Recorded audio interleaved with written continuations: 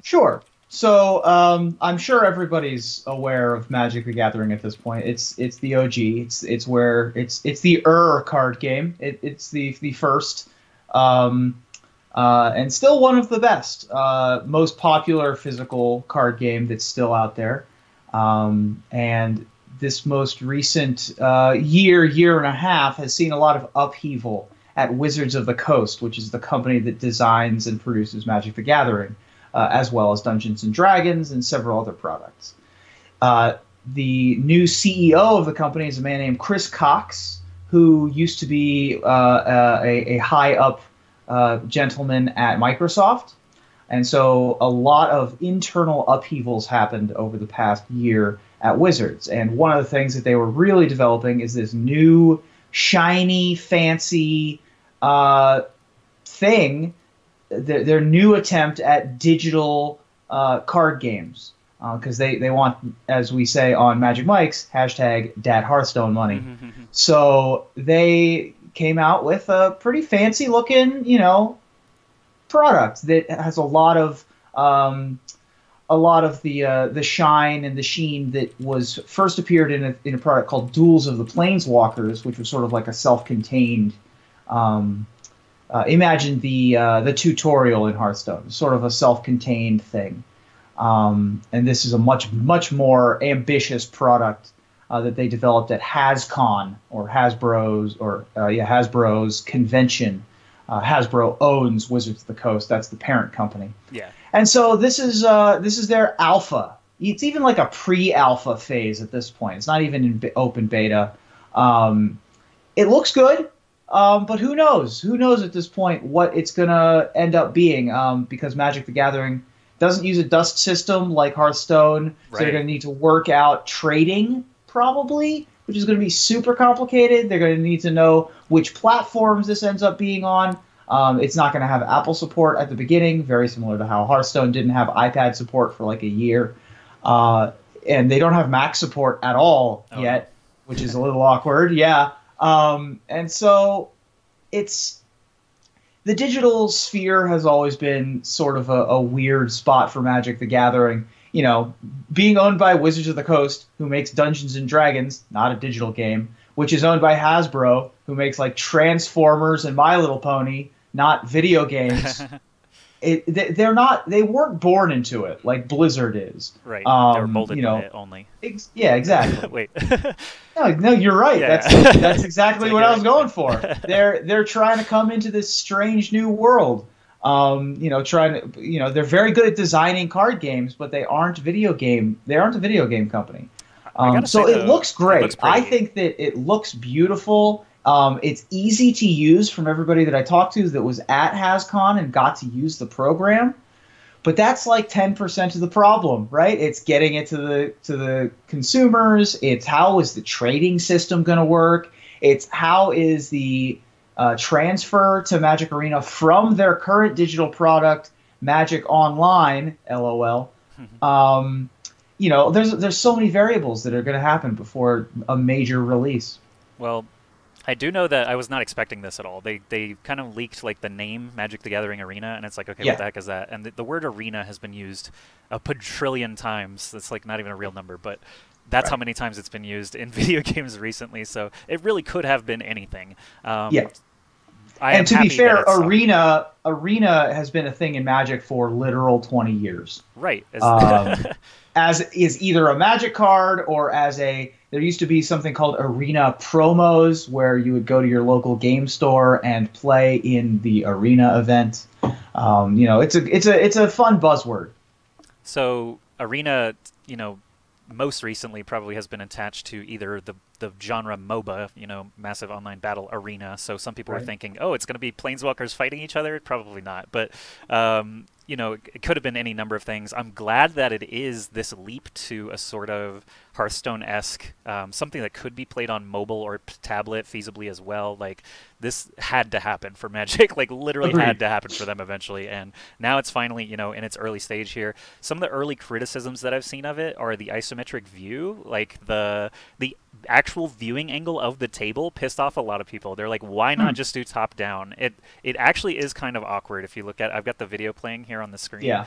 It's a little awkward. Like, it does sort of match you sitting at a table. I can see their perspective for it, but for a video game, it's just not necessary. I feel like it's a little skewed, and it could actually lead to like legibility issues. So I feel like a lot of people were criticizing that. Like, why not just show the full card even with text, as it would be, as it would look in person? But this, I think, like, we're looking at it right now. There's like a 1-2 with something, some symbol that I'm sure we'll learn by heart soon. I can't even tell what it is right now though, but. And a 1-2 that apparently can attack right now, but like the tap, they're not even tapped all the way sideways. Like they're slightly ajar. Like what? It's what's a little going on? weird. There's a lot of stuff that needs to be sorted out with Arena, and everything we're seeing on the screen right now is all stuff from the newest set. Actually, this is all stuff from Ixalan. I think it's all stuff. Yeah, and they said that it's going to be like it's going to follow standard basically from this point on. And we played the pre-release yesterday, and we know that the set is pretty straightforward as far as like mechanics. There's not a lot of crazy stuff. It's basically like make some mana, make your dudes bigger. Like if you did damage, do something. And these are all mechanics that Hearthstone has as well, and they're easily executed. So Magic. Wizards, at least they've had an example to follow for the last few years. Like a lot of the heavy lifting is done, been done by Blizzard already, and Elder Scrolls Legends and Gwent, and they basically can pick and choose the best features that they want. So I do hope that they make a good run of it. And people are asking some questions in the chat. Let's go ahead and address some of them here. So Spoon says the fact that it's actually a trading card game instead of a collectible card game is a big difference. You mentioned that as well, where we have no idea how trading is going to work. We don't know if it's going to be like a ticket system. Is there going to be some in-game currency where it's like my Planeswalker is always worth 25 tickets and your rare is always worth 5 or something like that? It could be literally anything. What do you expect them to do? Like basically like a trade window like you would have in like World of Warcraft or Diablo, where it's like I drop in my 1 card and you drop in your 3 and we both hit trade? That seems the simplest to me. Boy, is that going to be an interesting topic of discussion, because as bad as, I don't know how many of your viewers actually are aware of Magic Online, but it is not the greatest program. It has just the UI though, mostly, right? It's mostly the UI. The UI looks like it's from 2002. It's not great, but they still make a ton of money from Magic Online. Of course. And that's because a Magic Online pack costs as much as a live physical pack. Which is one of its biggest strength and also its greatest weakness, is that the economy is tied to real life Magic. And so if this is going to replace that, I don't think that they're going to change the economy in any huge, meaningful way, which means that they need to implement physical trade windows between players. They need to have a stable economy that maintains itself. I mean, there have been stories on NPR about how Magic the Gathering is basically the only self-constructed and self-maintained currency that hasn't completely blown up on itself for longer than 10 years. That's interesting.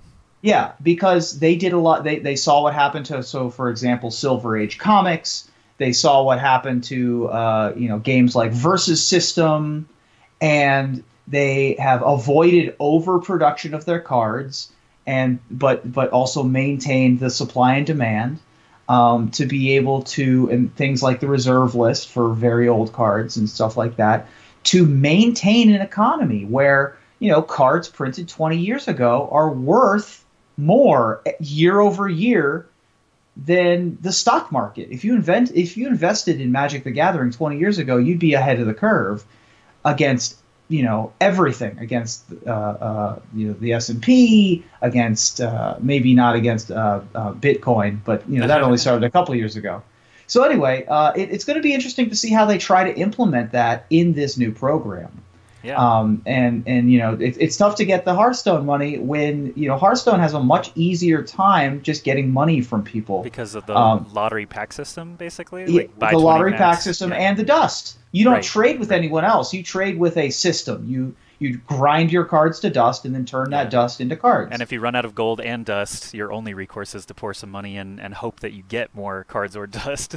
Right, or do the daily whatever. But yes, you know, with Magic, there are other people that you're trading with. Do you not expect them to do rewards with MTG Arena? There's so much money in Magic Online that I don't know. I honestly don't know because Magic Online makes a lot of money. And they basically would be sacrificing money by allowing you to have rewards, like pack rewards for. I believe quests. So. Yeah. I mean, you would need to have. So the reason why they want that Hearthstone money is because Hearthstone picked up as many players as Magic the Gathering has in 2 years. A day, yeah. Then Magic picked up over the course of 25. Right. So that's rough. You know, you're Magic and you're like, we've been the big boy forever. There was maybe like a 1.5-year span where Pokemon beat us in numbers. But other than that, we've beaten every other one.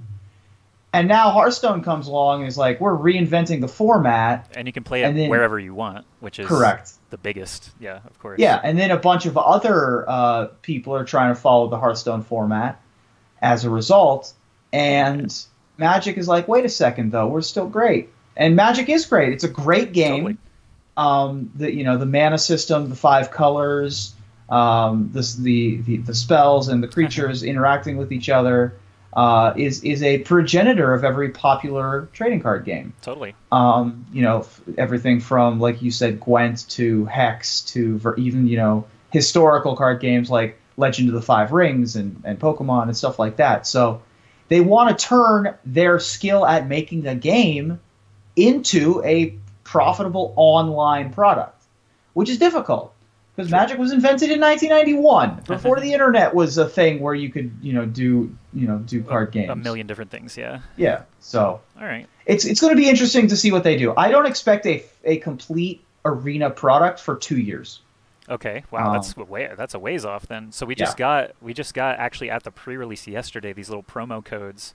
You essentially just go to their website and you can punch in this promo code. And I guess once beta does go live, they'll email you instant access. So if you do want to try to get into that beta, I think if you play the release events next weekend, it should probably be the same situation where they'll be handing out those promos. So I've actually got one extra because I did have a hookup before I even played at the pre-release. So I already used my code. I'm good to go. So I will have one other MTG Arena code to give away at some point in the future. So we won't do that right here, right now, but maybe at a time later. And if you're interested, if you have a local game store near you that you go to for maybe your Tavern Brawl or your local Dungeons and Dragons campaign, or you go pick up your comic books or whatever your local game store is, they'll oftentimes, if they're part of the Wizards Play Network, which they'll have a little sticky in the window.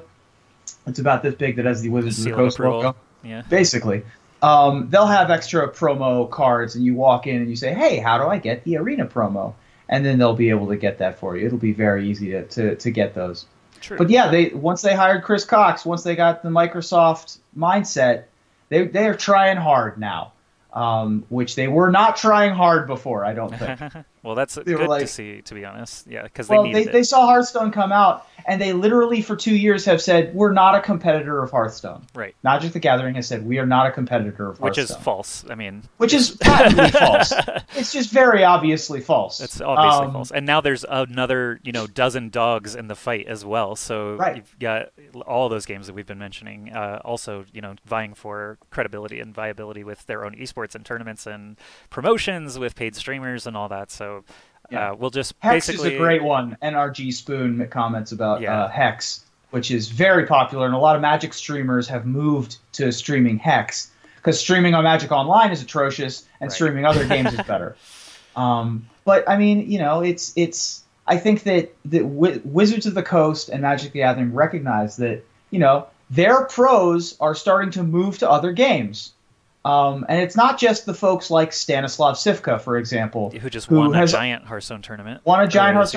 But he's always been a journeyman. He won a chess. He was a chess grandmaster before he won a Magic the Gathering Pro Tour, and he's always moved on to other stuff. So he's always been a journeyman. Alexander Hayne was an international master from Canada before he won a Pro Tour. So Magic players there are a lot of journeymen, but you don't expect Brian Kibler for example, Yeah. who is One of Magic the the Gathering faces of Hall of Magic. Famer. Yeah. He was a face of Magic. He helped design the original World of Warcraft trading card game, and he's a huge Hearthstone celebrity now. Yep.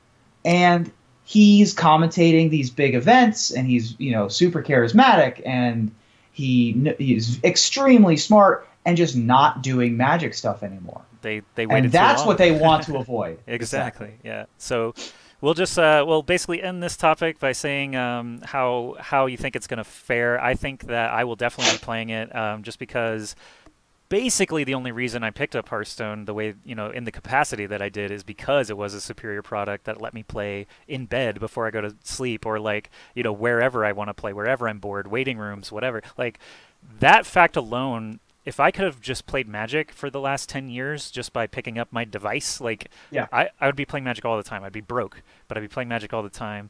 And it's a better game in many ways. I won't say better game overall because they are both great. But I'm excited for MTG Arena. I'm definitely going to be streaming it like I used to stream Hearthstone, and I think it's going to be a great pickup, like resurgence for Wizards. And I'm actually just very anxious to see what the viewership numbers are going to be like on Twitch because of the recent circle jerk culture of, oh, that game doesn't have any viewers, it must suck, I'm not even going to try it. And if MTG Arena doesn't have a big splash right away, it could be a boom or bust thing for them. Sure. I mean, Magic the Gathering has a ton of clout. Every gamer knows Magic the Gathering is a good game.